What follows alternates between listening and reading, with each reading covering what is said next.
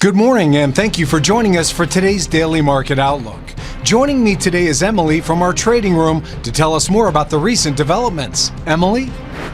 Gold prices rose, driven by safe haven demand in light trading after the Christmas holiday, as markets awaited signals on the US economy under the incoming Trump administration and the Federal Reserve's interest rate strategy for 2025. Wall Street indexes were mixed and US benchmark Treasury yields were hardly changed on the day, after scaling the highest level since May in light post-Christmas trading.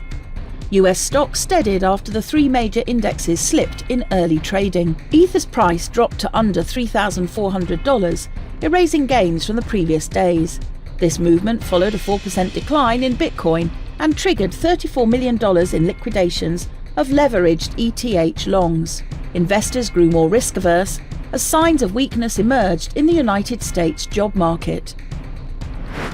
The euro-dollar pair traded sideways in the last session.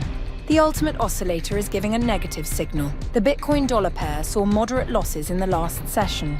The RSI is giving a negative signal. The sterling-dollar pair traded sideways in the last session.